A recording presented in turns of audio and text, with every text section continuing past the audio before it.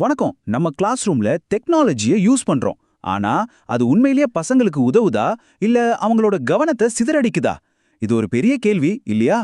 வாங்க, இந்த டெக்னாலஜியை ஒரு வெறும் கருவியா பார்க்காம ஒரு மாஸ்டர் பீஸா மாத்துறதுக்கு என்ன ப்ளூ பிரிண்ட் தேவைன்னு இன்னைக்கு பார்க்கலாம்.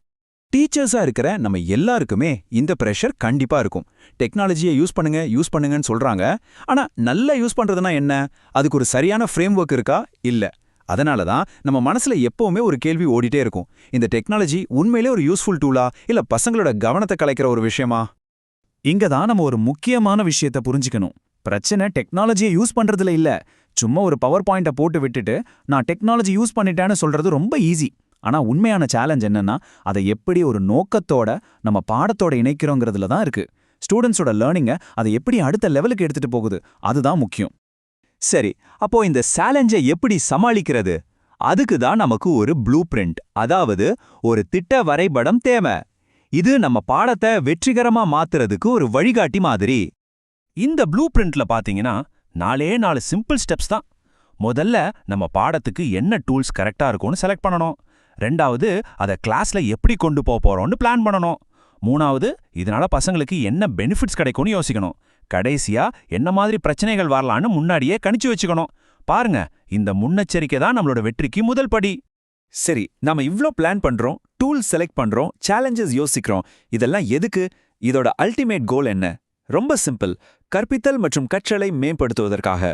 இது ஒண்ணுதான். நம்ம செய்யற ஒவ்வொரு சின்ன விஷயமும் இந்த ஒரு பெரிய இலக்க நோக்கி தான் இருக்கணும். வேற எதுக்காகவும் இல்ல. ஓகே, நம்ம ப்ளூ பிரிண்ட் ரெடி. அதை வச்சு ஒரு சூப்பரான லெசனையும் உருவாக்கிட்டோம். ஆனா நாம செஞ்சது எந்த அளவுக்கு சக்சஸ்னு எப்படி தெரிஞ்சுக்கிறது? அதை அளக்கிறதுக்கு தான் இந்த 4 நிலைகள் இருக்கு.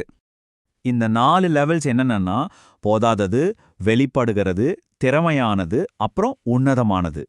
சிம்பிளா சொல்லணும்னா இது ஒரு பயணம் மாதிரி. சும்மா பேருக்கு டெக்னாலஜியை யூஸ் பண்றதுல ஆரம்பிச்சு அதே ஒரு கலையா மாத்துற வரைக்கும் எப்படி முன்னேறலான்னு இது தெளிவா காட்டுது. வாங்க, இந்த பயணத்தோட முதல் அடியை எடுத்து வைப்போம். போதாதது நிலையிலிருந்து வெளிப்படுகிறது நிலைக்கு போறது. போதாததுன்னா என்ன?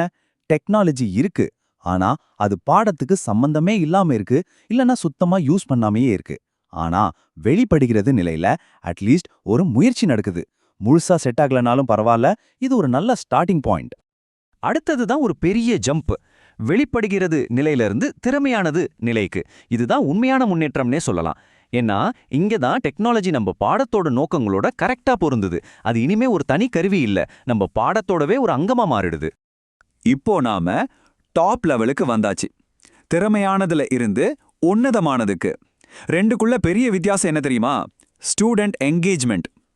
திறமையானது நிலையில டெக்னாலஜி பாடத்தோட நோக்கத்தை பூர்த்தி செய்யுது, அவ்வளவுதான்.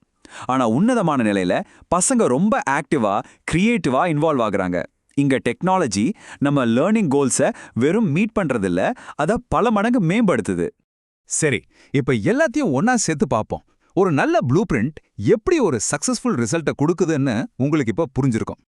அப்போ உன்னதமான தொழில்நுட்ப ஒருங்கிணைப்புன்னா சிம்பிளா என்ன சொல்லலாம்? இதோ பாருங்க, நம்ம லெசனோட கோல்ஸை ரீச் பண்றது மட்டும் இல்லாம ஸ்டூடெண்ட்ஸை ரொம்ப ஆக்டிவா இன்வால்வ் பண்ண வைக்கிற மாதிரி ரொம்ப கவனமா டூல்ஸை செலக்ட் பண்ணி யூஸ் பண்றது தான் அது. இதுதான் நம்ம இன்னைக்கு கத்துக்கிட்ட முக்கியமான பாடம். இதை நான் திரும்பவும் சொல்றேன், ஏன்னா இது அவ்வளவு முக்கியம். நம்ம ப்ளூ பிரிண்ட் எந்த அளவுக்கு தெளிவா நுணுக்கமா இருக்கோ அந்த அளவுக்கு நம்ம டீச்சிங் ஒரு மாஸ்டர் பீஸா மாறும். சோ நல்ல பிளானிங் தான் ஒரு சூப்பரான டீச்சிங்க்கு நேரடி வழி. இந்த பகுதியின் இறுதியில உங்களுக்கான ஒரு சின்ன கேள்வி.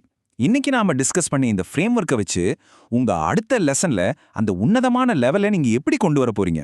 யோசிச்சு பாருங்க, உங்களால கண்டிப்பா முடியும்.